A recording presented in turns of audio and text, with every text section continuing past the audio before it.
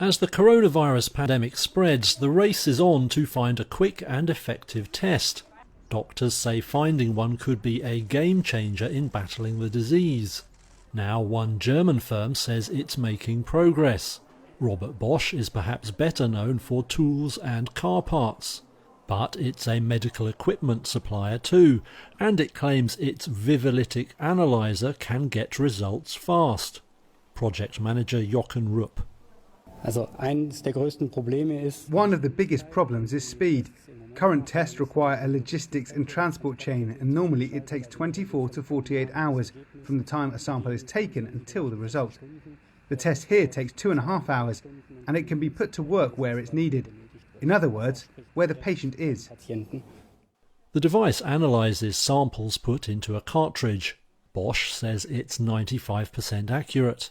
Several other companies are working on their own automated systems. But some scientists say that it may be hard to do such tests on the scale required. Christian Drosten is a Berlin-based virus expert. Mit denen kann man nicht Hunderte von Proben am Tag testen und you can't test hundreds of samples with them, and some of them can't be ordered in large quantities. So for the time being, we're going to have to rely on conventional lab tests. Zukunft auf das normale laborbasierte Verfahren verlassen müssen. The need for an effective test is certainly pressing, not least in Germany.